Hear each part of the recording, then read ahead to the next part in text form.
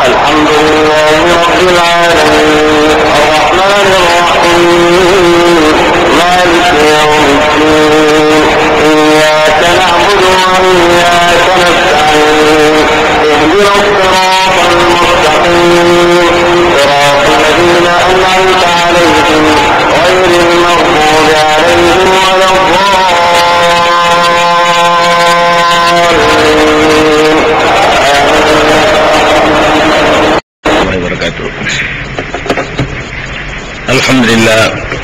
الحمد لله نحمده ونستعينه ونستغفره ونؤمن به ونتوكل عليه ونعوذ بالله من شرور أنفسنا ومن سيئات أعمالنا من يهده الله فلا مضل له ومن يضلل فلا هادي له وأشهد أن لا إله إلا الله وحده لا شريك له وأشهد أن محمدا عبده ورسوله أما بعد.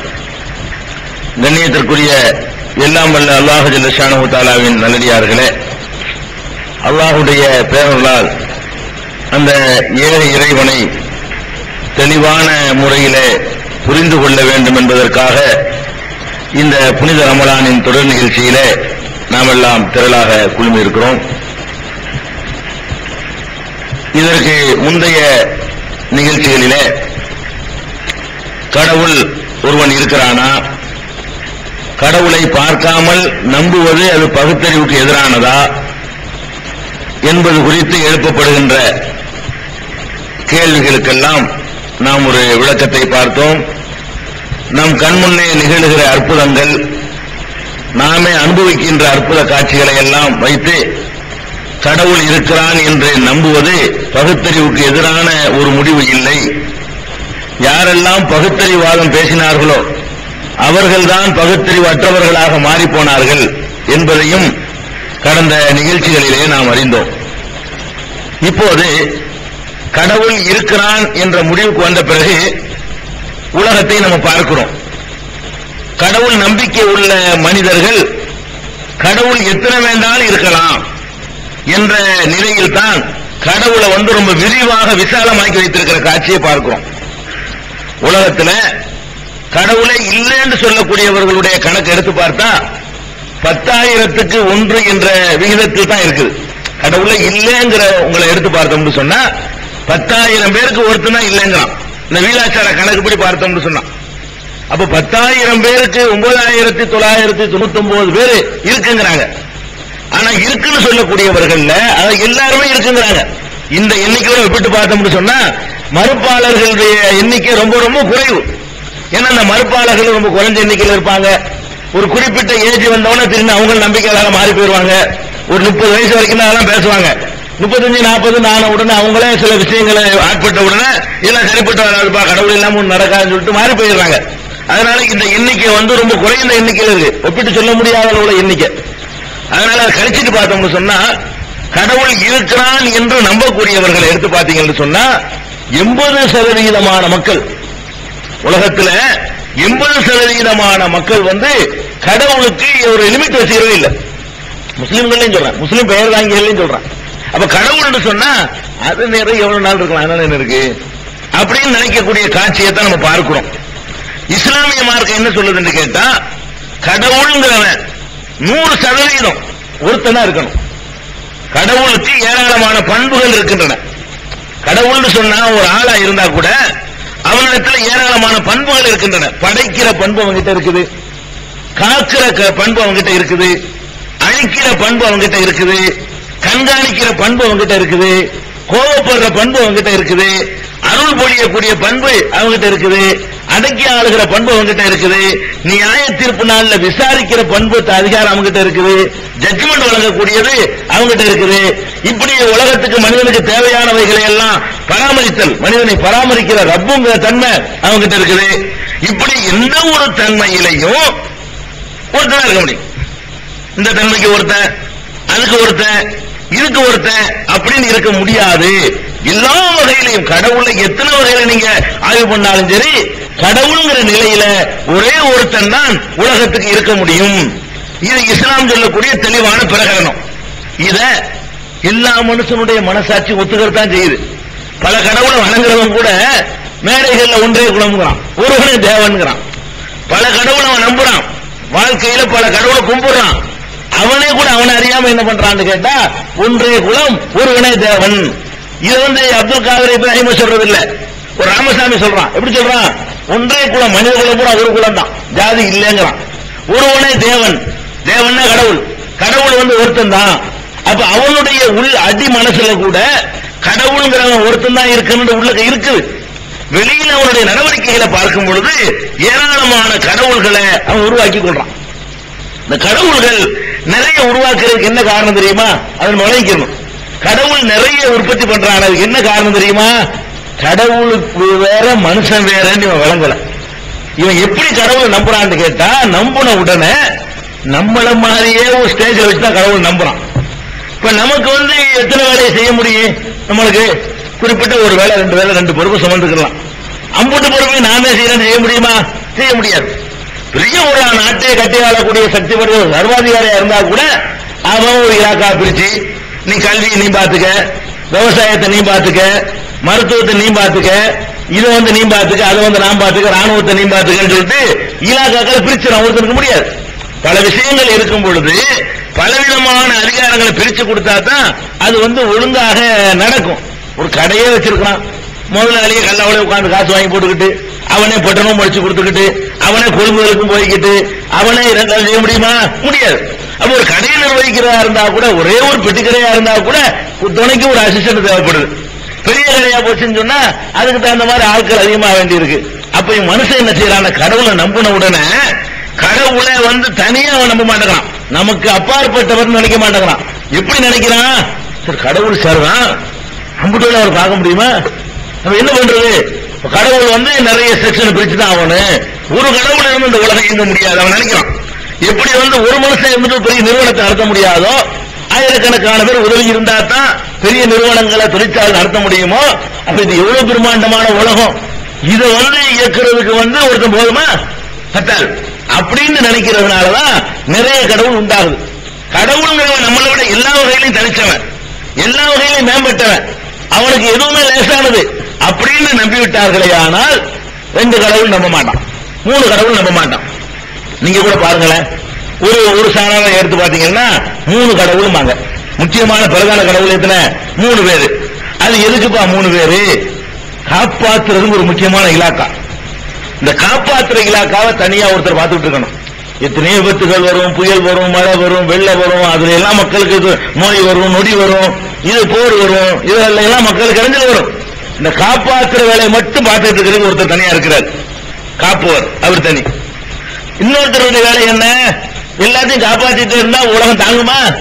கொஞ்சம் காலி பண்ண வேணும்ல. அப்ப அவர் அழிக்கிறவர். இன்னொருத்தர் என்ன செய்வாரு? அழிக்கிற வேலை. எது எதுக்கு டைம் முடியுதோ டக்கு டக்குன்னு அதை முடிச்சு க்ளோஸ் பண்றதுக்குன்னு அதுக்கு ஒரு ஆள் இருக்கணும். அவர் காக்கிற கடவுள் இவர் அழிக்கிற கடவுள். இன்னொருத்தர் என்ன? காக்கிறது இருக்குது, அழிக்கிறது, அழிஞ்சு வச்சுன்னா ஒண்ணுமில்லாம போயிருமே. புதுசா படைச்சுக்கிட்டு இருக்கணும், கொஞ்சத்தை சில புது புது வரவுகள் வேணுமே. அவர் படைக்கிறவர்.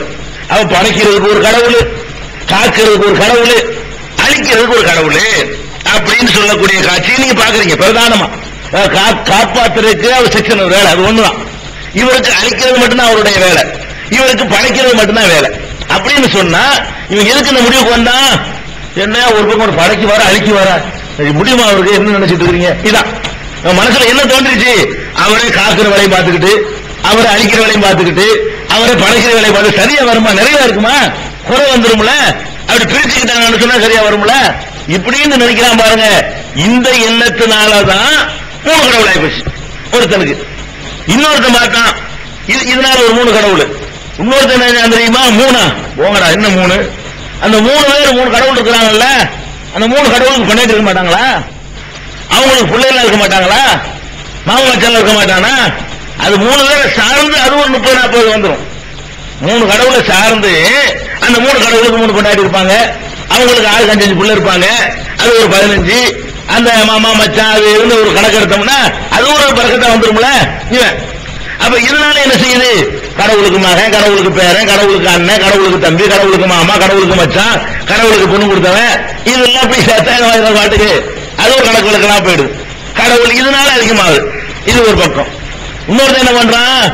அவன் தன்னை தனி ஜாதி நினைச்சுக்கிறான். தனி நம்பு நினைச்சுக்கிட்டு இப்ப தமிழகத்தில் இருக்கிறவன் தமிழனுக்கு தனி கடவுள்ங்கிறான். கடவுள் என்ன நிலங்க அப்படி சொல்லுவானா? கடவுள்னா மொத்த உலகத்தை எவன் படைச்சான் அவன் தான் கடவுள். தமிழன் ஒருத்தனை போய் தனி ஒரு இனம் இல்ல, தனியா படைக்கப்பட்டதும் கிடையாது. எல்லாம் ஒரு தாய் இருந்து பல்கி பெருகின ஒரு இனம் தான். இவன் என்ன செஞ்சான்? தமிழன்கிறவனுக்கு தமிழ் கடவுள், மலையாளிக்கு மலையாள கடவுள், கன்னடக்காரனுக்கு கன்னட கடவுள், இப்படின்னு சொல்லி பிரதேசங்கள் வாரியாக அந்தந்த பிரதேசத்தை கவனிக்கிறது தான். என்ன கடவுள் இவ்வளவு பிரம்மாண்டமான உலகத்தை கவனிக்க முடியுமா?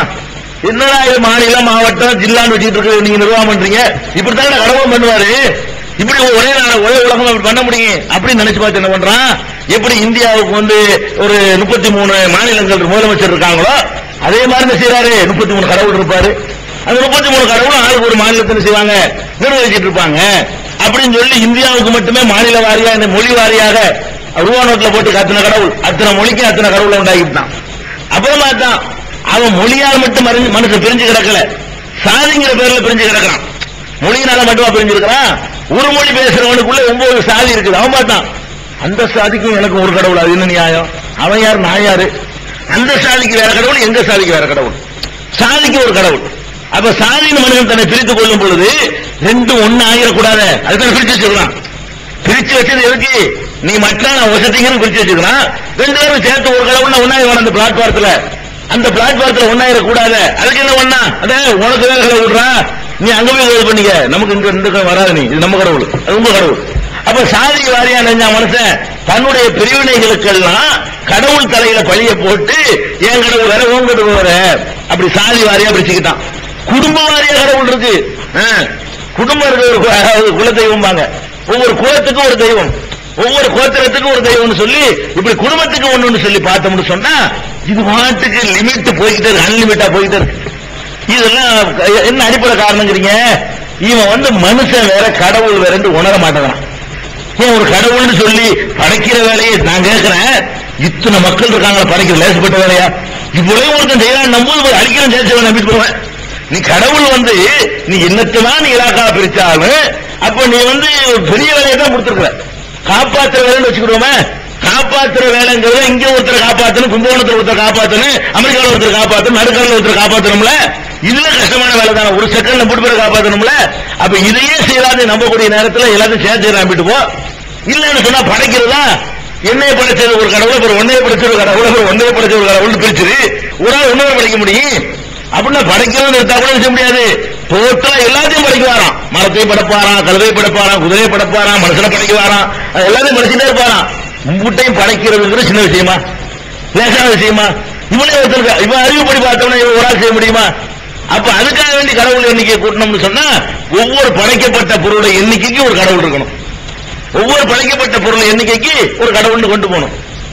ஆக இவர்கள் கடவுளை பத்தி சரியா புரிஞ்சுக்கிறதுனால நிறைய கடவுள்ங்கிறாங்க. இன்னொருத்தர் என்ன பண்றான்? நம்ம முன்னாடி இருக்கான், அது கடவுள் ஒருத்தர் தான் இருந்தா அவருக்கு ஒரு பொண்டாட்டி ஒண்ணு இருக்குது. கடவுளுக்கு பொண்டாட்டியா போனதுனால அவங்களும் கடவுள் ஆயிருச்சு. அது 2 பேரும் சேர்த்து பெற்ற புள்ள ஒண்ணு இருக்குது, அதனால அதுவும் கடவுள் தான். பிதா சுதன் பரிசுத்த ஆவி, பிதா இருக்குது தந்தை, சுதன் தான் மகன் அப்படின்னு சொல்லி ஒரு நபியை பிடிச்ச கடவுளுடைய குமாரனை யாரும் கடவுளாக்கிட்டாங்க. ஈசா நபியை, ஈசா நபியுடைய அம்மாவை பிடிச்சி அவங்களையும் கடவுளாக்கிட்டாங்க. கடவுளுக்கு பொண்டாட்டினா கடவுள் தானே? மனுஷனுக்கு பொண்டாட்டி மனுஷனா தானே இருக்கணும், ஆட்டுடைய ஜோடி ஆடாத்தானே இருக்கணும், கடவுளுக்கு ஜோடி சேர்ந்தா கடவுளா தானே இருக்கணும். அப்ப கடவுளுக்கு பொண்டாட்டி அதுவும் கடவுள், கடவுள் ஆம்பளை கடவுள் பொம்பளையும் சேர்ந்து பெற்ற பிள்ளையும் கடவுள் பிள்ளை தானே. அதனால எத்தனை? அது 3, அது ஒரு 3 இருக்குது அப்படின்னு சொல்லி கடவுள் ஒரு குடும்பத்தோட நிப்பாட்டி இது மாதிரியாக 3 கடவுள் குழுவை சொல்லக்கூடியவர்களை நீ கண்ணு மாதிரி என்ன செய்றீங்க, பாக்குறீங்க. இது போக இதெல்லாம் இல்லாம எல்லாமே கடவுள். அதாவது இப்படி எல்லாம் கடவுள் ஒரு சக்தி உள்ளவனா பாவிக்கிறதுக்கு பதிலா இதையும் கடவுளுங்கிறது, இதையும் கடவுளுங்கிறது, மரத்தையும் கடவுளுங்கிறது, ஒரு சாணி உருண்டை வச்சுட்டு அதையும் கடவுளுங்கிறது, சூரியனை வச்சு கடவுளுங்கிறது, சந்திரனை கடவுளுங்கிறது, எதைத்தான் சொல்றது? மனுஷனை விட எது மட்டமா அப்படி கடவுள்ன்றது. மனுஷனை விட எதெல்லாம் மட்டமா இருக்குதோ இதெல்லாம் பத்தாது. இதெல்லாம் பத்தாவது ஒரு மனித ரூபத்தில் ஒரு உருவத்தை கொடுத்து கண்ணு காது மூக்கு கை அருவா கத்தி கப்படம் எல்லாம் கொடுத்தது போக இதுலயும் நிறைய வரையாம உங்கூட்டு கடவுள் இருக்கா இவ்வளவு வச்சுக்கலா, அது பத்தாது. இதுவும் தான் கடவுள். வேப்ப மரம் கடவுள், புளிய மரம் கடவுள், ஆலமரம் கடவுள், அரச மரம் கடவுள், கடல் கடவுள், சூரியன் கடவுள், சந்திரன் கடவுள், எல்லாம் கடவுள். செத்து போன பணம் கடவுள், செத்துவனுக்கு போன உசுரக்கும் கவனிக்க மாட்டான், செத்தவனு கடவுள் ஆகிட்டாராம். செத்தவன் அவருக்கு என்ன பேரு, அவன் கடவுள். இப்படியாக கணக்கு வழக்கு இல்லாமல் மனிதன் கடவுள்களை அதிகமாக்கிட்டே போயிட்டான். இதை விட இந்த மாதிரி கடவுள் நம்புறதுக்கு இல்லைங்கிறது பெட்டர். இப்படி நம்புறதை விட கடவுளை பத்தி நம்பினா உலகம் நம்பிட்டு போயிருந்தேன். இப்படி போறதை விட இல்லைன்னு போறான அவன் இவனை விட ஒரு வகையில பெட்டரா தான் இருக்கான். இது பார்த்துட்டோம். சரி, இப்ப வச்சுக்குவோம். கடவுள்ல ஒரு கடவுள்ங்கிறது அறிவுக்கு ஏற்றதா, பல கடவுள் ஏற்றதா? திருக்குர்ஆன் ரொம்ப அற்புதமான வாதங்களை எடுத்து வைக்குது. முதல்ல குல் ஹுவல்லாஹு அஹத், கடவுள் ஒருவன் என்று தெளிவாக சொல்லிவிடுங்க, பிரகடனம் செய்யுங்கள். குர்ஆன் கட்டளையிடுது, நபியை நீங்கள் பிரகடனம் செய்யுங்கள், போய் மக்கள்கிட்ட அறிவிச்சிருங்க. என்ன அறிவிக்கணும்? ஹுவல்லாஹு அஹத், கடவுள்ங்கிறவன் ஒருத்தன் தான், அடிச்சு டிக்ளேர் பண்ணு. ஒரே ஒருத்தன் தான் கடவுள். ஏன் ஒருத்தன் கடவுள்? ஏன் 2 இருக்கக்கூடாது? ஏன் 3 இருக்கக்கூடாது? அழகான ஒரு ஆர்குமெண்ட் அல்லாஹ் எடுத்து வைக்கிறான் குர்ஆன்ல. லவ் கான ஃபீஹிமா ஆலிஹத்துன் இல்லல்லாஹு லஃபஸததா. இந்த வானம் பூமி ஒன்னு, பூமிக்கு மேல உள்ள எல்லாம் சேர்ந்து வானம். சமாங்கிறது எல்லாம் சேர்ந்தது, அந்த மொத்த அண்ட சராசரங்கள். அப்ப வானத்திலையும் இந்த அகில முழுசிலையும் ஒன்றுக்கு மேல கடவுள் இருந்தால், அல்லாஹ்வை தவிர இன்னும் ஒரு கடவுள், இன்னும் 2 கடவுள் இருந்திருப்பார்களே ஆனால் லஃபஸததா, வானம் பூமி 2ம் சேர்ந்து சீர்கெட்டு நாசமா போயிருக்கும். அல்லாஹ் என்ன சொல்றான்னு கேட்டா, குர்ஆன் என்ன சொல்லுதுன்னு கேட்டா, 2 கடவுள் உலகத்தில் இருந்திருப்பார்களே ஆனால் இப்படி ஒரு உலகத்தில் நீங்க வாழ்ந்துகிட்டு இருக்க முடியாது. 2 கடவுள் இருந்தா இன்னைக்கு உலகம் இருந்திருக்காது, அழிஞ்சே போயிருக்கும். ஒருத்தன் இருந்ததுனால உலகமே இருக்குது, 2 இருந்தா நாசமா போயிருக்கும். குர்ஆன் எடுத்து வைக்கக்கூடிய முக்கியமான ஒரு ஆர்குமெண்ட் இதுதான். எப்படி நாசமா போவேன்? நம்மளே சும்மா எளிமையான உதாரணங்கள் இதை புரிஞ்சுக்கலாம். உதாரணம் எடுத்துக்கொள்வோமே, காப்பாத்துறதுக்குன்னு ஒரு கடவுள் இருக்காரு. உதாரணத்துக்கு இருக்கத்தான செய்யறாரு. அழிக்கிறதுக்குன்னு ஒரு கடவுள் இருக்கிறார். நான் என்ன பண்றேன்? இந்த காப்பாற்றுற கடவுள் இருக்காருல்ல, அவருக்கு பூஜை செய்யறேன், அவருக்கு காணிக்கை செலுத்துறேன், அவரை நல்லா கூல் பண்றேன், அவர் என் மீது மகிழ்ச்சி அடைகிற அளவுக்குள்ள காரியங்களை எல்லாம் நான் செய்யறேன். அவர் ஒவ்வொரு வினாடி நேரம் என்னை காப்பாற்றிக்கிட்டே இருக்கிறாரு. அவருடைய அன்பை நான் பெற்றுட்டேன்.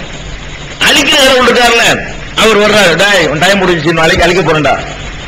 அவர் நான் கூப்பிடுறேன், காப்பாற்றுற கடவுள, நான் உன்னை தான் நம்பி இருக்கிறேன். அவர் இப்ப களத்துல இறங்குறாரு. அவனை விட்டுப்பா, என்னது நமக்கு வேண்டிய அவன் வைக்கிற அப்படிங்கிறார். இப்ப என்ன ஆகும்? அவன் என்னை அழிக்க பார்க்க, இவன் என்னை காப்பாற்ற பார்க்க, நான் பாட்டுக்கு இருப்பேன், அடிச்சுக்கிறாங்க 2 பேரும். நான் சும்மா இருப்பேன், அடிச்சடி நடக்கு. யாருக்கு மத்தியில? கடவுளுக்கு மத்தியில சண்டையாயிரும்.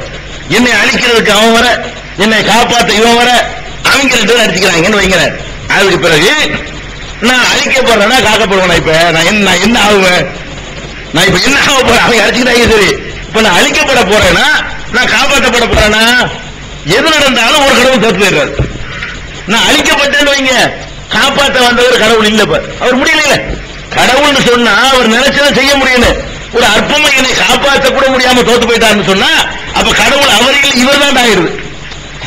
அழிக்க முடியலன்னு வைங்க, காப்பாற்றலான்னு வைங்க, இந்த அழிக்கணும்னு சொல்ல போய் கடவுள் கிடையாது. இவருக்கு அழிக்கிற முடியாம தடுத்துட்டார்ல. அப்ப 2 பேரும் களத்தில் நிக்கிறாங்க. ஒருத்தர் ஜெயிச்சுறாரு, ஒரு தோத்துறாருன்னு சொன்னா, தோத்தது கடவுள். இப்ப தோத்தது யாரு? கடவுள் தோத்து போயிட்டாரு. தோத்தவன் கடவுளா இருக்கலாமா? கடைசியில் எது மிஞ்சமா ஒண்ணாக முடியும். கடைசியில் என்ன ஆகும்? ஒருத்தனா இருக்க முடியும், 2 பேர் இருக்க முடியாது, கண்டிப்பா இருக்க முடியாது. அப்ப எவ்வளவு விஷயங்கள் இருக்கு உலகத்துல. அதாவது ஒரு விஷயம் ஒருத்தனே போய்கிட்டு இருந்தா தான் நிர்வாக சிக்கல் எல்லாம் போயிட்டு இருக்கும். இந்த மாதிரி 2-3 பேர் இருந்தான்னு வைங்க, ஈக்குவல் அந்தஸ்துல, சமமான அந்தஸ்துல 2 பேர் ஈக்குவலான ஒரு பவர் இருந்தான்னு வைங்க, புரிஞ்சு நாசமா போச்சு. அவ்வளவு வேணாங்க. ஒரு மாவட்டத்துக்கு 2 கலெக்டர் போட முடியுமா? ஒரு மாவட்ட நிர்வாகம் இருக்குது. எந்த மாவட்டத்துக்கு 2 கலெக்டர் உண்டா சமமான அந்தஸ்துல? இல்ல. கலெக்டர் ஏதாவது நோய்வாய்ப்பட்டார்னா, ஏதாவது வேலை வெட்டிக்கு போயிட்டாருன்னு சொன்னா, அவருடைய இடத்துக்காக வேண்டி ஒரு துணையா வேண்டாம் ஒரு ஆளை என்ன செய்யலாம்? சப் கலெக்டர் போட முடியுமே தவிர கலெக்டர் 2 போட முடியுமா? 2 முதலமைச்சர் இருக்க முடியுமா ஒரு மாநிலத்துக்கு? அதுக்கு இந்த சாதாரண ஒரு மாநிலத்து நிர்வாகிகளுக்கு 2 பேர் இருந்தா நாசமா போயிரும் சொல்லி ஒருத்தன் தான் இருக்கணும்னு தெரிஞ்சிருக்கிறோம். உலகத்துல எந்த நாட்டுக்கு 2 பிரதமர் கிடையாது. உலகத்துல எந்த மாநிலத்துக்கு 2 முதலமைச்சர் கிடையாது. உலகத்துல எந்த மாவட்டத்துக்கு 2 மாவட்ட ஆட்சித்தலைவர் கிடையாது, கலெக்டர் கிடையாது. ஏன் அப்படி இல்லைங்கிறோம்? நம்ம அறிவே சொல்லுது. 2 பேரை கொண்டு விட்டோம்னு சொன்னா, இவன் ஒண்ணு செய்ய, அவன் ஒண்ணு செய்ய, கடைசியில் செய்ய நிர்வாகம் சீரழிஞ்சு போயிரும், நிர்வாகம் நடக்காது. அவங்களுக்குள்ள ஈர்க்க பிரச்சனை வந்துடும், நான் பெருசா நீ பெருசான்னு வந்துடும். சில இடங்கள்ல என்னதான் ஒத்து பேசிக்கிட்டு காம்ப்ரமைஸ் பண்ணிக்கிட்டு அப்படி போனா கூட ஒரு நேரம் இல்லாட்டி ஒரு நேரம் செஞ்சிடும், அவர்களுக்குள்ள ஒரு மோதல் வெடிச்சு போயிடும். அது வரக்கூடாது. அப்படிங்கிறதுக்காகத்தான் இந்த மாதிரியான ஏற்பாடுகளை மனுஷனே செய்யலாம். அவன் அறிவை சொல்லுது, ஒரு நிர்வாகம் ஒழுங்கா நடக்குது, ஒருத்தங்க தான் ஒழுங்கா நடக்கும். ஆச்சா, அப்ப நம்ம அறிவு சொல்லுது இந்த உலகம் எப்படி நடந்துகிட்டு இருக்குது, சீரா இயங்கிக்கிட்டே இருக்கும். சொல்லி வச்ச மாதிரி இயங்குது. இத்தனை மணிக்கு உதிக்கணுமா உதிக்குது, இத்தனை மணிக்கு மறையணுமா மறையுது, இத்தனாம் தேதி வால் நட்சத்திரமா அன்னைக்கு ஏற்படுது, இத்தனாம் தேதி சூரிய கிரகணமா இவ்வளவு நேரத்துக்கு இருக்குமா, இந்த ஊர்ல இவ்வளவு தெரியுமா, அதெல்லாம் ஏற்பட்டுட்டே இருக்குது. இந்த ஏற்படுவதில் என்னமாவது மாற்றம் இருக்குதா?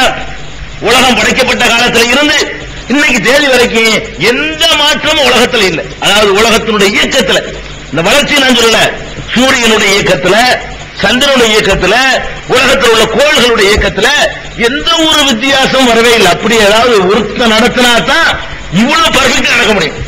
ஒரு சொல் போன மாதிரி இருக்கு பாருங்க, ஒரு சொல்ல நடக்கிற மாதிரி அப்படி இருக்கிற காட்சி நீங்க பாக்குறீங்க. இன்னைக்கு எடுத்துக்கிறோமாங்க, ஒரு 1000 வருஷத்துக்கு பின்னாடி எப்பவெல்லாம் சூரிய கிரகணம் வரும் நீங்க சொல்ல முடியுமா? முடியாதா? சொல்ல முடியும். 3000வது ஆண்டில் எத்தனை சூரிய கிரகணம் ஏற்படும், எத்தனாம் தேதி ஏற்படும், அது எவ்வளவு நேரத்துக்கு தெரியும், என்னென்ன ஊர்கள்ல தெரியும், என்னென்ன ஊர்கள்ல தெரியாது, இந்த ஊர்ல எவ்வளவு தெரியும், அந்த ஊர்ல எவ்வளவு தெரியும், 100% கிரகணம் தெரியக்கூடிய ஊர் இத்தனை, 50% தெரியக்கூடிய ஊர் இத்தனை, 10% சூரிய கிரகணம் தான் தெரிகிற ஊர்கள் இத்தனை என்று 2000 இருக்கக்கூடிய நாம 3000 வரக்கூடியதை கணிக்க முடியுது. கணித்து இன்னைக்கு சொல்ல முடியுது. சொல்லபடி அது மாதிரி நடக்கவும் செய்யற காட்சியை பார்க்கிறோம். அப்ப இது ஏன் இவனுக்கு சொல்ல முடியுது என்று பார்த்தால் ஒரு சொல்லி வச்ச மாதிரி இயங்குது. இந்த இயக்கம் இருக்குத அவருடைய வேகம் சுழற்சி எல்லாம் சொல்லி வச்ச மாதிரி இருக்கனால இன்னைக்கு இங்கதான் வரும். இங்க வந்தா இந்த ஊருக்கு அந்த சந்திரனை குறுக்க வரும், இந்த இடத்துல பூமி வரும், இந்த இடத்துல சூரியன் வரும், ரெண்டுக்கு இடையில சந்திரன் வந்து குறுக்கிடும் போது சூரியனுடைய வெளிச்சம் பூமிக்கு வர்றது தடைப்படும்.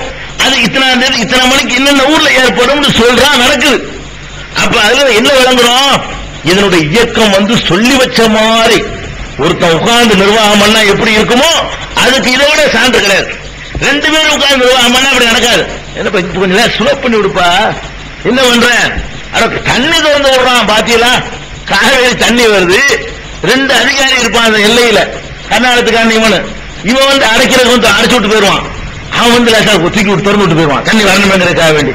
அந்த மாதிரி சாதாரண ஆத்துல தண்ணி திறக்கிறதுக்கு ஒரு அடைப்பு வச்சு போகும்போது அதுலயே இந்த கூத்துகள்லாம் நடக்கிற காட்சி நம்ம பார்த்துட்டு இருக்கோம். அப்படி இருக்கக்கூடிய நேரத்தில் அந்த சராசரத்தை ஆட்சி பண்ணுவதற்கு 2-3 தான் எப்படி அந்த உலகம் உருப்படியா இந்த உருப்படியா இருக்கிற உலகம் இன்னைக்கு வரைக்கும் சீரா அமைஞ்சு நடந்துகிட்டு இருக்கிற உலகம். அப்ப ஒருத்தன் சொன்னாதான் இவ்வளவு ஒழுங்கா இருக்குமே தவிர ஒண்ணுக்கு மேல இருந்திருந்தாங்க என்று சொன்னா இந்த உலகம் சீரழிஞ்சு நாசமா போயிருக்கும். கண்டிப்பா இந்த மொத்த உலகத்துக்கு ஒரு கடவுள் தான் இருக்க முடியும் அப்படின்னு அல்லாஹ் வந்து இந்த ஆர்குமெண்ட் தான் எடுத்து வைக்கிறான். லவ்கான பீமா ஆலிஹத்துன் இல்லல்லாஹ், அல்லாஹ்வை தவிர வேற கடவுள்கள் இருந்திருப்பார்களே ஆனால் லபஸதத்தா, வானங்களும் பூமியும் சேர்ந்து நாசமா போயிருக்கும். இப்ப முல்லை பெரியார் அணை விவகாரம் நடக்குது. இந்தியாவில் உள்ள 2 மாநிலம் தான், கேரளாவுக்கும் தமிழ்நாட்டுக்கு முல்லை பெரியார்னு ஒரு அணை இருக்குது. அதனுடைய அணையுடைய உயரத்தை ஒசத்த போனான், ஒசத்தனமா ஒசத்த கூடாத சண்டை. ஏன்னா ஒசத்துனா தண்ணி வர நின்று போயிடும், அவனுக்கு நிலைக்கிட்டு இருக்கு, இங்க வராது. அப்ப ஒசத்த கூடாது இவன் சொல்ல, ஒசத்தலாண்டு அவன் சொல்ல. அப்ப இது ஒரு விவகாரம் நடந்துகிட்டு இருக்குது. சரி, அவன் என்ன பண்றான், மலையாள கடவுள்கிட்ட கேட்கறான், மலையாள பகவதியே அப்படின்னு சொல்லிட்டு அவன் என்ன செய்யறான், எங்க பக்கம் சாதகமா வரணும்னு அவன் கேட்கறான். இவன் எங்க போய் என்ன செய்யறான், இவன் தமிழ் கடவுளே நீ பார்த்து நமக்கு பக்கம் ஒரு மாதிரி ஆக்கி விடு அப்படின்னு சொல்றான். இப்ப என்ன நடக்கு, இவன் தமிழன் போனா தமிழ் கடவுளை கேட்டதுனால இவன் கட்சி ஜெயிக்க போகுதா, அல்லது மலையாளி போனா மலையாள கடவுளை கேட்டதுனால அந்த கடவுள் அவனுக்கு சாதகமா தீர்ப்பளிப்பார். இப்ப என்ன நடக்க போகுதுங்க, மலையாள கடவுள் தன்னுடைய பவரை காட்டி மலையாளத்துக்கு சாதகமாக்க போறாரா, தமிழ் கடவுள் தன்னுடைய பவரை காட்டி தமிழ் சமுதாயத்திற்கு சாதகமாக போறாரா? எது நடந்தாலும் தோல்வி ஒரு கடவுளுக்கு, அது எந்த டவுட் இல்லையா? நம்ம தமிழ் கடவுள் சொன்னபடி நடந்து போச்சு. மலையாளத்துல கடவுள்னு சும்மா போலி உட்கார்ந்துருக்கான்னு அர்த்தம், அவன் கடவுள் இல்ல. இப்ப அவனுக்கு வந்து அந்த மக்கள் கேட்ட கோரிக்கை அவனால என்ன செய்ய முடியல, அவன் கடவுள் அந்த அவனுடைய சமுதாயத்துக்கு வந்து அவனால் உதவி செய்ய முடியலன்னா அவன் கடவுள் இல்ல. அல்லது அது நடந்துருச்சு, இது நடக்கல. அப்ப இவன் போய் ஆயிடுது. கர்நாடகா தகராறு, காவிரி தகராறு, என்ன நடக்கும், காவிரி கர்நாடக மக்களுடைய விருப்பம் பூரா என்ன, ஒரு சொட்டு தண்ணி கொடுக்க கூடாதுங்கிறான். கர்நாடகாவில் உள்ளவனுடைய ஆசை என்ன? தமிழ்நாட்டுக்கு ஒரு சொட்டு தண்ணி கொடுக்க கூடாது. நம்ம ஆசை என்ன? எல்லாத்தையும் திறந்து விட்டால் அல்ஹம்துலில்லாஹ் தான். எல்லா தண்ணியும் எங்களுக்கு விட்டா கூட அல்ஹம்துலில்லாஹ்னு சொல்றோம். நம்ம தமிழ்நாட்டுக்காரன் இவன் சொல்றான். இவன் என்ன கடவுள்கிட்ட கேட்பான்? இவனுக்கு தான் வேற கடவுள் தானே. இவனுக்குன்னு உள்ள கடவுள்கிட்ட வந்து கேட்பான், கடவுளே எங்க பக்கம் வச்சு ஆகணும், சுப்ரீம் கோர்ட்ல தீர்ப்பு இருக்குது, முழுசா திறந்து விடுற மாதிரி ஆக்கி விட்டுருங்க அப்படின்னு இவன் கடவுள்கிட்ட கேட்க அதுக்குரிய காணிக்கெல்லாம் கொடுக்குறான்.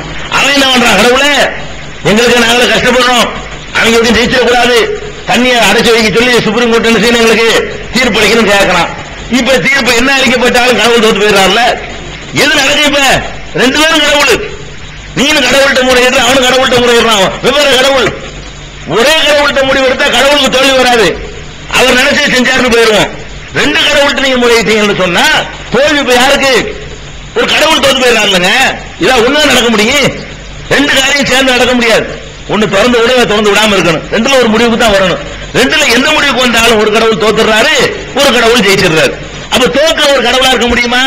ஒரு சாதாரண விஷயம், லாஜிக் இது. அப்ப பல கடவுள்கள் இருக்கிற காரணத்தினால, இருக்கிற நம்புறதுனால கடவுள் நம்பிக்கை கேலி கூத்தா போயிடுது. உலகம் இயங்காதுப்பா. நீ வாழ்ற உலகத்தை பாரு, எவ்வளவு சிஸ்டமேட்டிக்கா இயங்குதுன்னு பாரு, எவ்வளவு துல்லியமாக உலகம் இயங்கிக்கிட்டு பாரு. இப்ப காலண்டர் போடுறானே, காலண்டர் போடுறான்லங்க, எதை வச்சு காலண்டர் போடுறான்? எதை வச்சு போடுறான்? முந்தைய தெரிஞ்சனால போடுறான். எல்லாத்தையுமே போட்டுறானா இல்ல? அமாவாசைன்னு போடுறான்.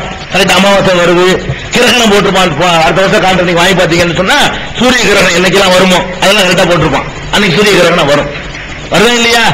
எல்லாத்தையும் நினைச்சு சொல்லி போடுறான். ஒரு 4 வருஷத்துக்கு உள்ள காலண்டர் அடுத்த வருஷம் யூஸ் பண்ணிக்கலாம். திருப்பி உங்களுக்கு இன்னைக்கு 2000வது காலண்டர் 2004 அப்படி யூஸ் பண்ணிக்கலாம். நம்பர் மட்டும் தான் மாத்தணும். ஒரு 4 வருஷத்துக்கு உலகம் ஒரு ரொட்டீன் ஆயிடுது.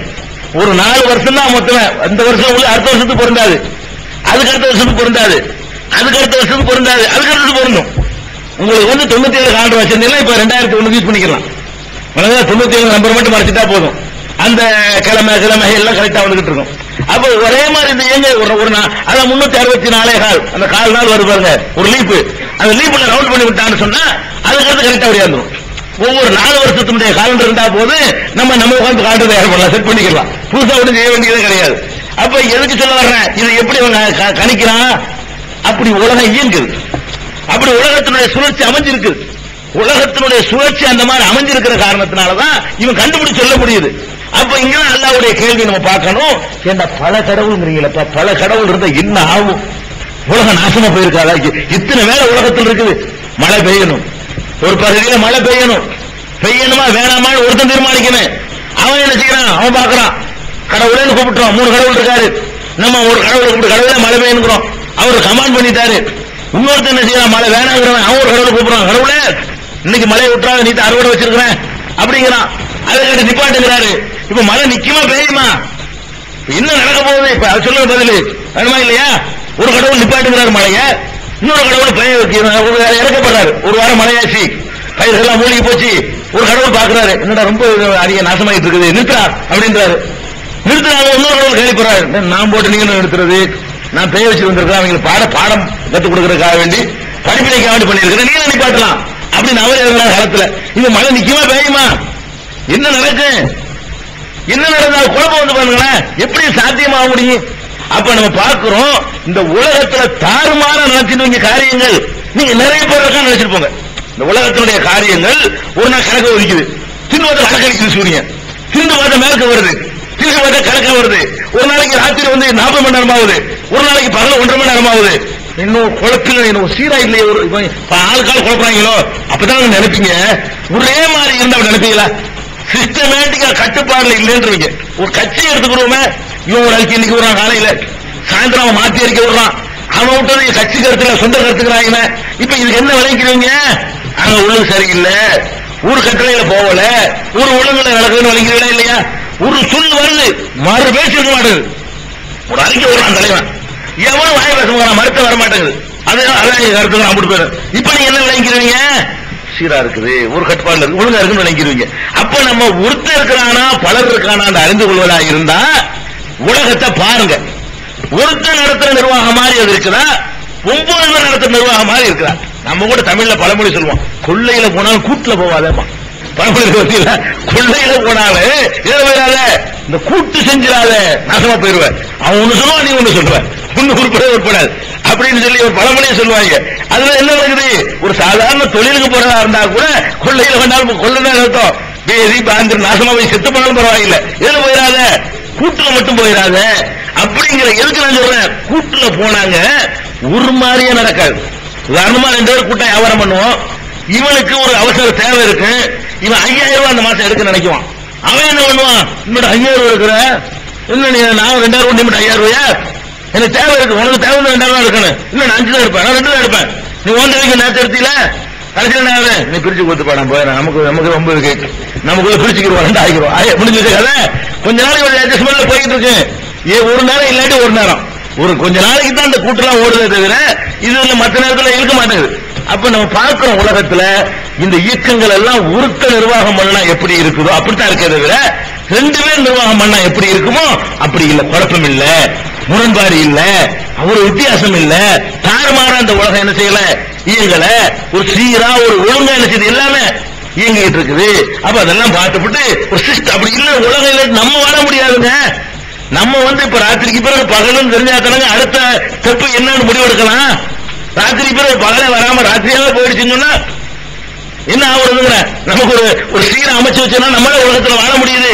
2 பேரும் வந்தான்னு சொன்ன அவன் பாடுது, அதுல ஒரு வேடிக்கை, இந்த கடவுள் தூங்குறான் போறான்லாம் சொல்றாங்க, கொஞ்சம் அவன் பாடு கூட நான் தூங்கிட்டானா நான் ராத்திரியை நினைச்சு போயிடும், ராத்திரி ஆக்கி வச்சுட்டு அவன் பாடு தூங்கிட்டான்னு வைங்க, ஒரு நாள் அசதியா புரிஞ்சு வச்சுக்காத, அது 50 மணி நேரம் ஆயிரம் ராத்திரி. அப்ப இப்படி எல்லாம் குழப்பம் உண்டாக்கக்கூடிய கொள்கை எது, பல கடவுள் கொள்கை. இஸ்லாம் அப்படி மறுக்குது, அல்லாஹ்ங்கிறவன் ஒரே ஒருத்தன் தான், ஒருத்தனுக்கு மேல கிடையாது. லா இலாஹ இல்லல்லாஹ் அதுல அர்த்தம், லா இலாஹ இல்லல்லாஹ் என்ன அர்த்தம், வணக்கத்திற்கு உரியவன், வழிபாட்டுக்கு உரியவன், நம்முடைய தேவைகளை பிரார்த்திப்பதற்கு உரியவன், நம்முடைய கும்பிடலுக்கு உரியவன், நம்முடைய கோரிக்கைகளை முன்வைப்பதற்கு உரியவன், நம்ம கொண்டு நெற்றியை கொண்டு வைத்து பணிவதற்கு சொந்தக்காரன் அல்லாஹ்வை தவிர யாரும் இல்ல. லா இலாஹ இல்லல்லாஹ் என்ன அர்த்தம், என்ன அதுக்குள்ள எல்லாம் அடங்கி போச்சு. எத்தனை தத்துவங்கள் உலகத்தில் இருக்குதோ எல்லாத்துக்கும் ஒரே வரியில பதில் சொல்லுது இஸ்லாம். லா இலாஹ எந்த வணக்கத்திற்குரியவனும் கிடையவே கிடையாது, இல்லல்லாஹ் அல்லாஹ்வை தவிர அறவே கிடையாதுன்னு சொல்லி அவர் அழுத்தம் திருத்தமாக சொல்லக்கூடிய மார்க்கம் இஸ்லாமிய மார்க்கம். இப்ப நம்ம கவனத்துக்கு வரணும், உலகத்தை நிர்வகிக்கிறது கடவுள் ஒருத்தன் தான். நீங்க இன்னொன்னு பாருங்க, நீங்க இந்த பூமியை பாக்குறீங்க, இந்த பூமி உருண்டையே பாக்குறீங்க. இந்த காலத்துல ரொம்ப சாதனம், அந்த காலத்துல விளங்காம இருந்தான். விளங்கால என்ன பண்ணிவிட்டான், தமிழ்நாட்டுக்காரன் நினைச்சான் தமிழ்நாடு மட்டும்தான் உலகம் நினைச்சான். தமிழ்நாட்டுக்காரன் நினைச்சான் அவன் பார்த்தான், இப்படி மேல போய் ரவுண்டா பாத்துருவா இல்ல, இப்படி அவனுக்கு கண்ணுக்கு தெரிஞ்சு மொத்தமா உலகம் இருக்கும், பிறகு உலகமே இந்த உலகம் இங்க இருந்து மதுரை வரைக்கும் தான் உலகம் இருக்குது அப்படின்னு நினைச்சுக்கிட்டாங்க. அவ்வளவுதான் அந்த காலத்து பிரயாணம் பண்ண முடிஞ்சு. அதனாலதான் இந்த நாட்டுல இந்த உலக உருண்டையில உள்ள ஒரு பகுதியை ஒருத்தமை பார்த்துட்டான்னு சொன்னா அதை கண்டுபிடிச்சாங்கிறான். அமெரிக்காவை கொலம்பஸ் கண்டுபிடிச்சாங்கிறான். அப்ப என்ன அர்த்தம், இல்ல நினைச்சிட்டு இருந்தாங்க. அமெரிக்காவை யார் கண்டுபிடிச்சதா, கொலம்பஸ் கண்டுபிடிச்சாரு. எப்படின்னு அர்த்தம், அப்படிலாம் ஒண்ணு இல்ல, உலகம் முடிஞ்சு வச்சு நினைச்சு வச்சிருந்தானுவ. இவன் இந்த கடல்ல போகும்போது அங்க ஒரு இடம் இருக்குது, அதான் இல்ல நாங்க இந்த உலகம் இருக்காடா அப்படின்னு உலகத்துக்கு வந்து அவன் சொல்றான். அப்ப அமெரிக்காவை கண்டுபிடிச்சாருங்கிறீங்களா, அது என்ன அர்த்தம், அவன் மனிதன் அந்த காலத்துல நினைச்சான் அவன் எவ்வளவு இருக்கிறானோ பூமி தட்டையா இருக்குது, இந்த போய் மறைஞ்சிருது, இந்த போய் ஒதுக்குது, அநேகமா அந்த மறைகிறது அந்த கும்பகோணத்துக்கிட்ட மறையும் நினைக்கிறேன். இந்த பக்கம் எங்க போய் வரீங்க அப்படியே ஒரு ஊரை போட்டு சொல்லியிருப்பான். அப்படிதான் நினைச்சிட்டு இருந்திருக்கான். அது அந்த காலத்துல நமக்கு தனி கடவுள்னு நினைச்சா பரவாயில்லை. இப்ப மேல இருந்து பார்க்கிறோம் எப்படி இந்த உலகம் இருக்குது, ஒரு உருண்டையா தான் இருக்கு. உலக உருண்டையில என்ன இல்ல, தமிழ்நாடுன்னு ஒரு மேப்பு எல்லாம் போட்டே வைக்கல. ஒரு இயற்கை நம்ம படம் அடிக்கும் போது நம்மளா போட்டுக்கிட்டோமே தவிர இதுல இல்ல. கடவுளுடைய அந்த உலக உருண்டை எடுத்து பாத்தீங்கன்னா மேல ஏறி போய் ஒரு ராக்கெட்ல இருந்து கொண்டு அல்ல ஒரு சேட்டலைட் செயற்கைக்கோள் இருந்து கொண்டு இத புகைப்படம் எடுக்கிறீங்க. புகைப்படம் எடுத்து பாத்தீங்கன்னா எப்படி தெரியும், அந்த மேப்லாம் இருக்காது. இந்தியான்னு ஒண்ணு காட்டுமாது இருக்காது. நிலத்தையும் நீரையும் மலையையும் காட்டும், அவ்வளவுதான். இந்த உருண்டை எடுத்து பாத்தீங்கன்னா நிலப்பரப்பு ஒரு தனி ஒரு கலர்ல காட்டும், நீர் பரப்பு கடல் இருக்க அது ஒரு கலர்ல அப்படி காட்டும், கொஞ்சம் உயரமான மலைகள் இருக்குல்ல அது ஒரு மாதிரியா காட்டும். இந்த மூணைத்தான் நீங்க கண்டுபிடிக்க முடியுமே. காடுகள் மாதிரி நிறைய பசும்பாயா இருந்தா அது ஒரு பச்சையா காட்டும், அந்த பூமியிலேயே 2 விதமா பிரிச்சு காட்டும். இவ்வளவுதான் பனி உடைஞ்சு போன பகுதியா இருக்குமே கடல் பிரதேசங்கள்ல வெள்ளையா காட்டும், கொஞ்சம் பச்சையா இருக்கும், கொஞ்சம் வெள்ளையா இருக்கும், கொஞ்சம் மண் கலர்ல இருக்கும், கொஞ்சம் நீல கலர்ல இருக்கும். இப்படி ஒரு 5 கலர் அடிக்கப்பட்ட ஒரு உருண்டையாகத்தான் இந்த பூமி இருக்குமே தவிர எப்படி இருக்காது, இந்த தமிழ்நாட்டுக்கு ஒரு எல்லை ஒரு கோடு இப்படி ஒண்ணு, இந்தியா மாதிரி ஒண்ணு இருக்குமா? ஒண்ணும் இருக்காது. வேணும்னா கண்டங்கள் வேண்டாம் இருக்கும். என்ன இருக்கும்? நீர் பிரிக்கல. கண்டங்கள் சொல்லும் பொழுது ஐரோப்பாங்கிறது மட்டும் போங்க, பாலி கொண்டு போங்க, நிறைய தருவாங்க. ஐரோப்பாங்கிறது மட்டும் என்ன இருக்கு? தனியா தெரியுற மாதிரி இருக்கும். ஆசியாங்கிறது தனியார் கடல்லாம் இருக்கிறதுனால அது வேணா ஒரு மேப் போட்ட மாதிரி இருக்குமே தவிர தேசங்கள் இருக்காது. அப்ப நம்ம என்ன விளங்கணும்? ஏன்டா இவ்வளவு சேர்ந்து தானே ஒரு உருண்டை, இது ஒருத்தவரை படைச்சிருப்பான். 7-8 பூமியில 7-8 மக்கள் வாழ்ந்தா அதை அவன் படைச்சான்னு சொல்லி இதை இவன் படைச்சான்னு சொல்லி ஒரு அர்த்தம் இருக்குது. இருக்கிறது ஒரே ஒரு உருண்டை. இந்த ஒரே ஒரு உருண்டையா இருக்கும் பொழுது இதை என்ன பண்றான்? ஒருத்தன் படைக்கல, ஒரு முதலாளி படைக்கலன்னு எப்படி அர்த்தம்? இந்த கடிகாரம் இருக்குது, ஒரே ஒரு பொருளா தான் இருக்குது. ஒரே ஒரு பொருளா இருக்கும்போது இந்த வலது பக்கம் இருக்குல்ல, இது கேசியோகாரன், இந்த இடது பக்கம் இந்த இதுவரைக்கும் யாரு டைட்டானுக்காரன் படிச்சான், இந்த இதுவரைக்கும் சிட்டிசன்காரன் லூசுமானம்ல. எனக்கு ஒரு பொருள் தானடா, மொத்தமா சேர்ந்து ஒரே மோல்டர் பண்ணி இருக்கு.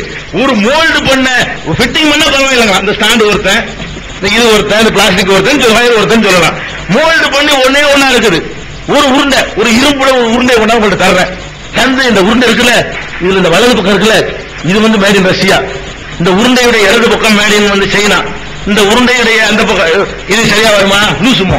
இன்னும் ஒரு உருண்டை ஒரு நாள் செஞ்சிருப்பான், ஒரே மோல்டட் ஒரு பொருள்.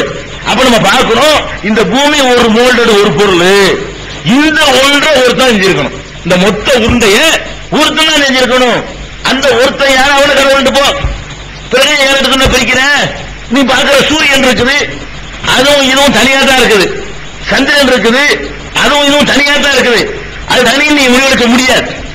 தனியா இருந்தா கூட இதுக்கு அதுக்கும் தனியா தான் இருக்கு. பூமி தனி. இப்படி சொல்லலாமே, சந்திரன் அவன் படைச்சான், பூமி அவன் படைச்சான்னு வச்சுக்கிறோமா? எனக்கு தனித்தனி இருக்குது. சந்திரனை ஒரு ஆள் படைச்சாரு, சூரியனை ஒரு ஆள் படைச்சாரு, பூமியை ஒரு ஆள் படைச்சாரு, வியாழனை ஒரு ஆள் படைச்சாரு. ஒவ்வொன்றுக்கு ஒவ்வொருத்தர் கடவுள் அப்படி வச்சுக்கலாமா அப்படின்னு உங்களுக்கு தோன்றினால் அப்படி வைக்க முடியாது. ஒவ்வொன்றும் தனித்தனியா இருந்தாலும் கண்ணுக்குத்தான் தனித்தனியா உனக்கு தெரியுது. ஒரு பொருளா தான் நல்லா படைச்சிருக்கான். ஒன்னோடு ஒன்று சேர்ந்து இயங்குது. காந்தத்தால் அதுக்கு மத்திய தொடர்பு ஏற்படுத்தி வச்சிருக்கு. ஒன்னு சந்திரன் அனுபவத்துக்கு போக முடியாது. அது 29 நாள்ல ஒரு ரவுண்ட் அடிச்சு ஆகணும். 29 நாள் என்ன செய்யணும்? பூமியை ஒரு சுத்தி ஆகணும். அது தாண்டி வேற வேலையே கிடையாது. இது வேற ஒரு கடவுள் படைச்சாரு, நான் பூமியை சுத்த மாட்டேன், இன்னையில இருந்து நான் செவ்வாய்க்கு போக போறேன், அதை ஒரு ரவுண்ட் அடிக்க போறேன் அப்படின்னு சந்திரன் போனா அது வேற ஆள் படைச்சான்னு சொல்லு. இதை எவன் படைச்சானோ இதுக்குத்தான் அதெல்லாம் உதவுது. இதைத்தான் சுத்தி வருது. சந்திரனுக்கு வேற ஒண்ணா இருந்தா கூட இதைத்தான் சுத்துது, இதுக்குத்தான் ஒளி தருது, இதுக்குத்தான் நாட்களை எண்ணுகிறது உதவுது. அப்ப இதனோட தொடர்புபடுத்தி இருக்கும் பொழுது இதை எவன் படைச்சானோ அதைத்தான் அவனும் படைச்சான். அதையும் அவன் தான் படைச்சிருப்பான். சூரியன் இருக்கு, அது வேற ஒருத்தன் படைச்சிருப்பானா? வேற ஒருத்தன் படைச்சா இவனுக்கு என்ன உதவ போறது? எவ்வளவு நாளைக்கு உதவுவான்? ஒரு அக்ரிமெண்ட் வேணா போட்டிருப்பான், ஒப்பந்தம் முடிஞ்சவனும் உதவாம போயிடும். உலகம் தோன்றிய காலத்திலிருந்து வரலாறு காலத்திலிருந்து இன்னைக்கு வரைக்கும் சூரியன் பூமிக்கு உதவுது. ஒரே மாதிரியா உதவுது, ஒரே சீரா உதவுது. அப்ப இந்த பூமியை எவன் படைச்சானோ அது அவன் தான் சூரியனை படைச்சு இருந்தா தான் இவ்வளவு அழகா சொன்னபடி வெளிச்சம் வரணும், சொன்னபடி பாதி உலகத்துக்கு கீழே போ, அப்புறம் மேலவா அப்படின்னு சொல்லி எல்லா பகுதிகளுக்கும் அந்த வெளிச்சம் சீராக பரவுதுன்னு சொன்னா அப்ப சூரியனையும் இதையும் ஒருத்தம் படைச்சிருக்கணும். ஒரு நெட்வொர்க்ல இருக்கிறாங்க, கம்ப்யூட்டருக்கு 10 கம்ப்யூட்டர் வாங்குவோம், வாங்கி நெட்வொர்க் பண்ணிடுவோம். ஒருத்தனா முதலாளியா இருப்பான். இப்ப எடுத்துக்கிறோமே, நீங்க மதுரையில இருந்து நாளைக்கு நைட் 9 மணிக்கு ரிட்டர்ன் ஆகணும் ட்ரெயின்ல. மெட்ராஸ்ல டிக்கெட் வசூல் பண்ணலாமா? பண்ண முடியாதா? பண்ணலாம். மதுரையில இருந்து நீங்க நாளை நைட்டுக்கு நீங்க ரிட்டர்ன் பண்ணணும்னு சொன்னா இங்க போய் எக்மோர்ல போய் ரிசர்வேஷன் பண்ணலாம். நாளை நைட் 9 மணிக்கு எனக்கு ஒரு டிக்கெட் மதுரையில இருந்து மெட்ராஸுக்கு வேணும். நீங்க இருக்கிற மெட்ராஸ்ல மதுரையில இருந்து மெட்ராஸ் டிக்கெட் வேணும்னு கேட்கறீங்க. கேட்டீங்கன்னா அவன் அடிப்பான். மதுரையில காலி இருக்கா எனக்கு தெரியும் அவனுக்கு. இது வேற அது வேறதான். இந்த கம்ப்யூட்டர் வேற அந்த கம்ப்யூட்டர் வேறதான். நெட்வொர்க் பண்ணிருக்கிறாங்க. அதுல இருந்து விளங்குது ஒரு நிர்வாகத்துக்கு உட்பட்டது. அதனாலதான் மதுரை கம்ப்யூட்டர்ல அது ரிசர்வானதை மறைச்சு வச்சிருப்பான். இங்க இருந்துகிட்ட எடுத்துக்குவாங்க. இங்க உட்கார்ந்து அடிச்சு பார்த்து மதுரை அடிச்சாலும் மதுரையில காலியான இடங்கள் எத்தனை சீட் காலியா இருக்குது, என்ன சீட் நம்பரு அப்படி என்ன செய்யுங்க. S4ல 43வது சீட் இருந்தாங்கன்றான். S4ல 43வது சீட் டிக்கெட் தந்துடுறான். நீங்க நாளைக்கு மதுரை டிக்கெட் ஏறும்போது S4 கோச்சில் ஏறி 43 உங்களுக்கு காலியா வச்சிருப்பான். இப்ப என்ன விளங்குது? அந்த கம்ப்யூட்டர் அங்க கிடக்குது மதுரை கம்ப்யூட்டர், இங்க உள்ள கம்ப்யூட்டர் இவங்கிட்ட தனியா கிடக்குது, டெல்லியில உள்ளது அவன் தனியா வச்சுக்கிட்டு இருக்கிறான். இங்க உட்கார்ந்துகிட்டு அங்க ரிசர்வ் பண்றீங்கள, அப்ப என்ன விளங்குது? இந்த எல்லா பொருள்களுமே ஒரு நெட்வொர்க்கின் கீழே, ஒரு வலைப்பின்னலின் கீழே அமைக்கப்பட்டதுல இருந்து ஒரு ரயில்வேக்கு சொந்தமானது. அதுக்கு முதலாளி யாரு? ரயில்வே துறை, ஒரு கவர்மெண்ட், ஒரு இந்திய கவர்மெண்ட். அதுக்கு சேர்ந்த ரயில்வே துறை விளைக்கிறோமா இல்லையா? அப்ப நம்ம கேட்கிறோம், சூரியனுக்கும் பூமிக்கு நெட்வொர்க் இருக்கா இல்லையா? இருக்குது. சந்திரனுக்கும் பூமிக்கு நெட்வொர்க் இருக்கா இல்லையா? இருக்குது. ஒன்னோட ஒண்ணு நெட்வொர்க்கோட அந்த தொடர்போட தான் எல்லாம் இயங்கிட்டு இருக்குது. அப்ப இதை வச்சு பார்க்கும் பொழுது இந்த பூமியை எவன் படைச்சானோ அவன் தான் அதையும் படைச்சிருக்கிறான், அவன் தான் அதையும் படைச்சிருக்கிறான், அவன் தான் அதையும் படைச்சிருக்கிறான், அம்புட்டையும் அவன் தான் படைச்சிருக்கிறான். முடிஞ்சு வச்சா கதை. இப்ப ஏன் பல கடவுள் வருது? பல கடவுள் எப்படி அதை நம்ம ஏத்துக்கிற முடியும்? ஏத்துக்கிற முடியாது. அப்ப இது ஒரு விஷயம் நல்லா விளங்கிக்கணும். இஸ்லாம் சொல்லக்கூடிய இந்த கடவுள் கொள்கை மாத்திரம் தான், ஒருத்தன் தான் உலகத்துக்கு இருப்பான்னு சொல்றதுக்கு அது ஒண்ணுதான் அறிவுக்கு ஏற்றது. அறிவுக்கு மட்டுமா ஏற்றது நினைக்கிறீங்க? இல்ல, மனித குலத்துக்கு அது ஒண்ணுதான் நன்மை செய்யும். நல்லா விளங்கிக்கணும். எப்ப ஒருத்தன் கடவுளை ரெண்டுன்னு சொல்றானோ மனித குலம் ரெண்டா பிரியும். நல்லா விளங்கிக்கணும். கடவுள் மட்டும் பிரிய மாட்டாரு. இது ஏன் கடவுள் உன் கடவுள்னா சமுதாயம் ரெண்டு, உனக்கு எனக்கு சம்பந்தம் இல்லைன்னு என்னை இந்த கடவுள் படைச்சாரா, உன்னை அந்த கடவுள் படைச்சாரு, சம்பந்தம் இருக்குமா? ஒரு சம்பந்தம் இருக்காது. நான் கேட்கிற ரெண்டு பக்கத்து பக்கத்து வீடு, ரெண்டு பேர் இருக்கிறீங்க, ரெண்டு பேருக்கு ரெண்டு தாப்பேன், ரெண்டு பேருக்கு தனித்தனி தாய். அப்ப நீங்க ரெண்டு பேரும் வந்து சொத்துல சொந்தம் கொண்டாட முடியுமா? அவன் அப்ப வேற, அவன் அம்மா வேற, என் அப்ப வேற, என் அம்மா வேற, என் வீட்டுல உனக்கு நாடா பங்கு, உன் வீட்டுல எனக்கு நாடா பங்குட்டுருவோம்ல. அப்ப எப்ப வந்து தனித்தனியா ஆட்களால் உருவாக்கப்பட்டோம் நம்ம நம்புறோமோ, அப்ப என்ன ஆயிரும்? நீ வேற நான் வேற ஆயிரும். எந்த விதமான தொடர்பு இருக்காது. இப்ப கடவுள் வந்து கடவுளை வேற வந்தான்னு வைங்க, அப்ப இனமே வேறையா போயிரு. நீ யாருப்பா? நம்ம அந்த கடவுள், இந்த கடவுளை வருவான். நீ யாரு? நான் அந்த கடவுள் ஜாதி. அப்ப என்ன ஆயிடுச்சு? மனிதன் வந்து ஒரு கட்டத்திலையும் ஒரு நெட்வொர்க்ல வரமாட்டேங்கிறான். இவன் தனியாயிடுறான், அவன் தனியாயிடுறான். ஒரே கடவுள் நீங்க நம்பி பாருங்க. யாருப்பா? ஒன்னே அல்லாதான், ஒன்னே யாருப்பா? அல்ல, ஒன்னே யாரா? ஒரு கடவுள். அப்ப ஒரு கடவுளால் எல்லாரும் படைக்கப்பட்டவங்க போது நம்ம எல்லாம் சமமாயிரும். ஒரு அப்பனுக்கு எல்லாரும் பிறந்தோன்னு வைங்க, நம்ம எல்லாருக்குமே ஒரு தாய் ஒரு தந்தை வச்சுக்கிடுவோம். நமக்குள்ள என்ன வேறுபாடு இருக்கும்? பிறப்புல ஒரு வேறுபாடு இருக்காது. நம்ம எல்லாருமே ஒரு அம்மா வந்து 200 பிள்ளை பெற்றுட்டான்னு வைங்களேன், அது 200 பேருக்கு அவன் அம்மாங்கும்போது நம்ம எல்லாரும் சமமாகிறோம்லங்க. அப்ப கடவுள்ங்கிறவன் எல்லாத்துக்கும் ஒருத்தனா கடவுள் என்று நம்ம நம்பக்கூடிய நேரத்தில் உலகளாவிய சகோதரத்துவம் ஏற்படுதா இல்லையா? அவன் மலையாளியா இருக்கட்டும், தமிழனா இருக்கட்டும், அமெரிக்கனா இருக்கட்டும், இந்தியனா இருக்கட்டும், எவனா இருந்துட்டு போகுது, எல்லாம் ஒரு கடவுள் படைச்ச பிள்ளைங்க. அந்த கடவுளால் படைக்கப்பட்டவர்கள் பலவித காரணங்களுக்காக வேண்டி வேற மொழி பேசிக்கிட்டு இருக்கிறாங்க.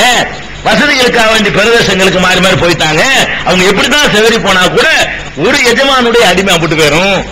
எல்லாம் அடிமைன்னு சொல்லும் போது மனித கூட சமத்துவம் வந்துருது. அவன் எஜமான், நீ அடிமை, நானும் அடிமை. நீ அதுல கூட வித்தியாசம் வந்துடும். வேலை செய்யறான்ல, கம்பெனிகள்ல வேலை செய்யறான், 2 கம்பெனில வேலை செய்யறான்னு வைங்களேன், அதுல பெருமை அடிச்சுக்கிடுவாங்க. நீங்க என்ன, நீங்க டிவிஎஸ், நாங்க டாட்டாவில் வேலை செய்யறோம். ஓ, பெரிய கம்பெனி வேலைக்காரன் தான் இருந்தாலும் கம்பெனியை பொறுத்து கிரேட் ஏறுதுல. இன்னொருத்தர் 10 பேர் செய்யக்கூடிய ஒரு நாளைக்கு 8 கம்பெனில வேலை செய்யறான். நீங்க எங்க இருக்கிறீங்க? அந்த சொங்கி கம்பெனில இருக்கிறேன் அப்படிங்கிறான். சொங்கி கம்பெனியா? முடிஞ்ச கதை. அப்ப ஒரு இடத்துல வேலை பார்த்தாலும் சமத்துவம் கூட கிடைக்கும். அந்த முதலாளிக்கு வேலைக்காரன் அந்த ஒரே முதலாளி இருக்க முடியுமா? எவ்வளவு பெருமையா அடிச்சுக்கிறோம். நாங்க இந்த கம்பெனில வேலை செய்யறோம்.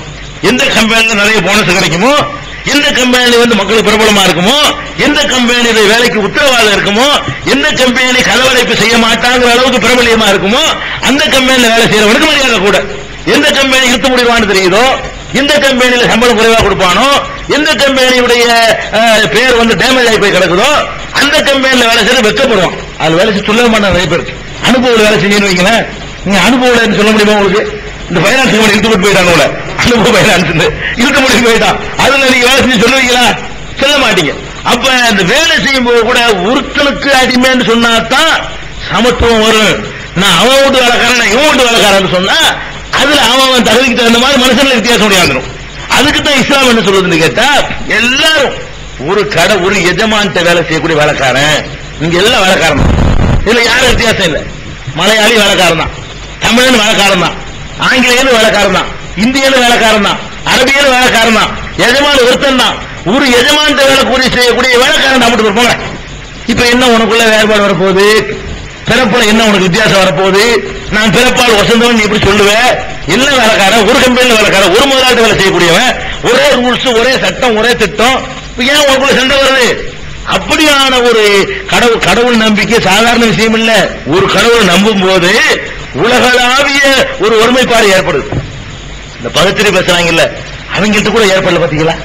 பகுத்தறி மொழி ஏற்படல பேசுறாங்க. இந்த பகுத்தறிவாளர்கள் பூரா பாருங்களேன், அது தனி இனம் பாங்க. தமிழன் என்ற ஒரு இனம் உண்டு, தனி அவர் மொழி வந்து ஒரு இனமா? மொழிங்கிற ஒரு இனத்தை குறிக்கக்கூடியதா? ஒரு கருத்து சொல்லுவதற்கு உண்டாக்கப்பட்டது. அப்ப பகுத்தறிவாளம் சொல்லிட்டு இந்த மொழிங்கிறது ஒரு சும்மா விஷயம், அதுக்கு மனசுல சம்பந்தம் இல்ல, அது ஒரு இனத்தை குறிக்காதுங்கிற சாதாரண அறிவு அவனுக்கு விளங்கல. ஆனா இஸ்லாம் என்ன சொல்லுது? சர்வதேசத்தில் உள்ள மக்களை எல்லாம் ஒரு எஜமானால் படைக்கப்பட்டவன் என்று சொல்லி உலகளாவிய சகோதரத்துவத்தை, உலகளாவிய சமத்துவத்தை, உலகளாவிய ஒருங்கிணைப்பை யூனிட்டை வந்து உருவாக்கி காட்டுது. அப்ப இந்த ஒரு கடவுள் தான் உலகத்துக்கு நல்ல. நமக்குள்ள இந்த கடவுளின் பேரால சண்டைகள் பெரும்பாலும் குறைஞ்சிரும். கடவுளின் பேரால உயர்தாழ்வு கற்பிக்கிறது நின்று போயிடும். அப்படியான ஒரு கொள்கையை இஸ்லாம் வந்து முன்வைத்து வணக்கத்திற்குரியவன் அல்லாஹ்ங்கிற ஒரு கடவுளை தவிர வேறு எந்த கடவுளும் கிடையாது அப்படிங்கிற ஒரு சித்தாந்தத்தை உலகத்துக்கு முன்னாடி இஸ்லாம் வைக்குது. சரியா பச்சா? 2 கடவுள் 3 கடவுளுங்கிற எந்த விதமான சந்தேகங்கள் நமக்கு வரக்கூடாது. இதுல ஒரு விஷயம் முக்கியமான அடிப்படை. இதெல்லாம் ரொம்ப உங்களுக்கு தெரிஞ்ச விஷயங்கள். நம்ம எது தெரிந்து கொள்ள ஒரு விஷயமோ அதுக்கு நம்ம அதிகமான டைம் கொடுக்கணும். இந்த நாட்டிய விஷயங்கள்லாம் பெரும்பாலும் நீங்க நம்ப போறது இல்ல. 2 கடவுள் உங்களை சுட்டு போட்டா நீங்க சொல்ல போறது இல்ல. 2 கடவுள் ஒத்துக்கிறீங்களா? காக்கிறதுக்கு ஒண்ணு சொல்லு, படைக்கிறதுக்கு ஒண்ணு சொல்லு, அழிக்கிறதுக்கு ஒரு விவரத்துக்கு தான் இதெல்லாம் உங்கள்ட்ட இருக்கு நீக்கிறதுக்காக வேண்டிய இல்ல. 4 பேருக்கு அப்படி எடுத்து சொல்வதற்கு ஈசாமிங்கிறது தான். நீங்க யாரும் நம்பல. ஆனா இப்படி ஒரு கடவுள் கொள்கையை இவ்வளவு அழுத்தமாக சொன்ன முஸ்லிம் சமுதாயத்துக்குள்ள ஒரு கடவுள் தான் இருக்கணும் என்பதை உலகத்துக்கெல்லாம் பிரச்சாரம் பண்ண வேண்டிய ஒரு கிரீடத்தை சுமந்து கொண்டிருக்கக்கூடிய இந்த முஸ்லிம் சமுதாயம் இன்றைக்கு எங்க போய்கிட்டு இருக்கு தெரியுமா? கடவுள் விஷயத்துல ஒரு கடவுள் வாயில சொல்லிக்கொண்டு பல கடவுள் கொள்கை உடையவர்கள் என்ன ஒரு நம்பிக்கையெல்லாம் வச்சிருக்கிறாங்களோ அதையெல்லாம் இஸ்லாத்தின் பெயர்லயே அரங்கேற்றக்கூடிய ஒரு பரிதாபகரமான நிலையை பார்க்கிறோம். எந்த அளவுக்கு பார்க்கிறோம்னு கேட்டா, பிற சமுதாயத்திற்குள் நம்மளை பார்த்து நீங்களும் பல தெய்வ கொள்கைக்காரர்கள் தான் சொல்ற அளவுக்கு. இவனுக்கு தெரியல, யாருக்கு தெரியுது? அவனுக்கு தெரியுது. வேற வேற மதத்துக்காரர்கள் பாக்குறாங்க. என்ன ஒரு கடவுள், என்ன ஒரு கடவுள்பா, என்ன ஒரு கடவுள்? எங்களுக்கு பழனி ஆண்டவர், உங்களுக்கு நாகூர் ஆண்டவர், என்னடா ஒரு கடவுளுங்கிறீங்க கேட்கறானே இல்லையா? நாங்க பழனியில உள்ளவரை நாங்கள் உள்ள, நீ நாகூர் ஆண்டவருங்கிற, நீங்க ஊருக்கு ஊர் என்ன செய்யற? கடவுள் உண்டாயிதான், என்ன வித்தியாசம் உனக்கு எனக்கு என்று கேட்கிற அளவுக்கு நாங்க வந்து நிற்க வைத்து வணங்குகிறோம், நீ படுக்க வைத்து வணங்குகிறாயே. அவங்க கேட்கிறாங்க. நாங்க நிக்கிற மாதிரி உட்கார்ற மாதிரி கடவுளை ஒரு சேப்ல வச்சு அவர் அந்த மாதிரி நிலையில என்ன செய்வோம்? ஒத்த கால நிப்பாரு, 2 கால நிப்பாரு, உட்கார்ந்துப்பாரு. இப்படி ஒரு வைவத்தை கொடுத்து நாங்க வணங்குறோம். நீ என்ன பண்ற? படுக்கையில போட்டு வணங்குற. ஒரு ஆள் இறந்து போன அவர் பறிச்சு வச்சு போட்டு அவர் தான் கடவுள் ஆக்கி அவரை கும்பிட்டு கேட்கறாங்க இல்லையா? சில சமுதாயத்து மக்கள் பார்த்தார்களே, ஆனால் முஸ்லிம்களுடைய கடவுள் நம்பிக்கைக்கும் அவங்களுடைய கடவுள் நம்பிக்கைக்கும் எந்த வித்தியாசமும் இல்லை என்று சொல்ற அளவுக்கு நாசக்கர் பண்ணிட்டோம். இதுக்கு தான் ரசூலுல்லாஹ் வந்தாங்களா? இதை சொல்றதுக்கு ஒரு மார்க்கம் தேவையா? அதே காரியத்தை லேபிள மட்டும் மாத்திக்கிட்டு பேரை தான் மாத்திருக்கிறோம். நம்ம நிலைமை எப்படி இருக்குது? ஒரே சரக்கு, அதுதான் உள்ளுக்குள்ள ஒரே சரக்கைய ஒருத்தன் ஊர்காண்டி எழுதி வச்சிருக்கான், ஒருத்தன் உருளைக்கிழங்கு எழுதி வச்சிருக்கான். அவ்வளவுதான், உள்ளுக்கிறது ஒண்ணுதான்.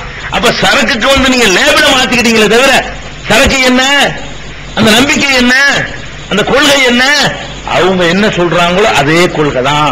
அதே உங்களுக்கு மலைக்கு தனி கடவுள் வேண்டி இருக்குது, உங்களுக்கு விசாவுக்கு கடவுள் வேண்டி இருக்குது, உங்களுக்கு பாஸ்போர்ட் கடவுள் இருக்குது, உங்களுக்கு பேய் வரத்துக்கு தனி கடவுள் இருக்காரு. இப்படி ஒண்ணு நம்ம போறோம்ல, பேய்க்கு ஏறாடிக்கு போ, முசீபத்துக்கு நாவூருக்கு போ, முசீபத் பிடிக்கிறது அந்த மாதிரி எல்லாம் செய்யறது. இப்படி எல்லாம் நம்ம இலாக்காக்களை பிரிச்சு மற்ற சமுதாயத்தவர்கள் எப்படி இலாக்காவா பிரிச்சிருக்கிறாங்களோ அந்த மாதிரி இணைஞ்சிருக்கிறோம். இலாக்காவா கடவுளை பிரிச்சு கடவுள் நம்பிக்கைக்கு எதிரான எல்லாத்தையும் செய்யறோம். அவர்கள் வணங்குற மாதிரியே நம்மளை கொடிமரத்தை வணங்கக்கூடிய இருக்கிறாங்க. முஸ்லீம் சொல்றாங்க, அவர்கள் வணங்குற மரம் வேறா இருக்கலாம், இவர்கள் மரத்தை வணங்குறாங்க. அவர்கள் வணங்குகிற கல் வேறாக இருக்கலாம், இவர்களும் கல்களை வணங்குறாங்க. அவர்கள் வைத்திருக்கிற உண்டியல் வேறாக இருக்கலாம், இவர்களும் உண்டியல் வைத்திருக்கிறார்கள். அவர்கள் இருக்கிற தேர் வேறாக இருக்கலாம், இவர்களும் பேர் வேணா கூடுவாங்க. ஆனா தேர், இவர்களும் அந்த தேர் என்ன செய்யறாங்க? வச்சுதான் இருக்கிறாங்க. அவர்கள் செய்கிற எல்லா காரியத்தையும் நம்ம சொல்லி திருத்துறதுக்கு பதிலா இப்படி செய்யலாமாங்க, இது அறிவுக்கு பொருந்துதாங்க என்று சொல்ல வேண்டிய இடத்துல இருக்கிறவன் எங்க இருந்து கத்துக்கிட்டான் மார்க்கத்தை? வாய் சொல்றது லா இலாஹ இல்லல்லாஹ், வணக்கத்திற்குரிய அல்லாஹ்வை தவிர யாரும் இல்லைன்னு சொல்லி.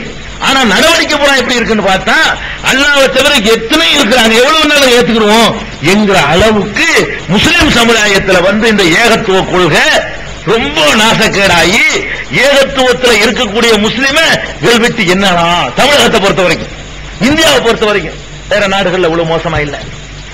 அரபு நாடுகள்ல இது மாதிரி பார்க்க முடியுமா உங்களுக்கு? அவன் எவ்வளவு கெட்டவனா இருந்துட்டு போறான், இதை பார்க்க முடியாது. இத கடவுள் நம்பிக்கை விஷயத்துல அவன் தாறுமாறான கொள்கை கிடையாது, ரொம்ப தெளிவா இருக்கிறான். அப்ப எத்தனை நாடுகள்ல ஆப்கானிஸ்தான்ல முஸ்லீம் இருக்கிறாங்க, அங்க இதை பார்க்க முடியுமா? அங்க பார்க்க முடியாது. ரஷ்யாவில் முஸ்லீம் இருக்கிறாங்க, செஷனியாவில் இருக்கிறாங்க, அவங்கள்ட்ட பார்க்க முடியுமா? பார்க்க முடியாது. மலேசியாவில் பார்க்க முடியுமா? பார்க்க முடியாது. அப்ப அவன்லாம் கடவுள் கொள்கை ரொம்ப தெளிவாகவும் ரொம்ப கரெக்டாகவும் எந்த குறையும் சொல்ல முடியாத அளவு இருந்துகிட்டு இருக்கான். நம்ம நிலைமை எப்படி இருக்குன்னு கேட்டா, ஒரு கடவுள் கொள்கையை சொன்ன ஒரு மார்க்கத்தில் பிறந்துட்டு அந்த கடவுளை நிறைய ஆக்கி, கடவுளை பலவீனமாக்கி, கடவுளுக்கு உரிய எல்லா விதமான வீக்னஸ்களையும் மற்றவர்கள் கொடுத்திருக்கிறாங்களே, அதெல்லாம் கடவுளுக்கு கொடுத்து நாசம் பண்ணி வச்சிருக்கோம் பாருங்க. அந்த நம்பிக்கைகளை நீக்கிறதுக்காகத்தான் இந்த தொடர. இதெல்லாம் முக்கியம், இந்த பீடிகைலாம் முக்கியமானது இல்ல. முக்கியமானது என்ன, நம்ம சமுதாயத்துக்கு தேவையான விஷயங்கள் என்னன்னு கேட்டா, பல கடவுள் கொள்கை நம்மள்கிட்ட வந்திருக்குது.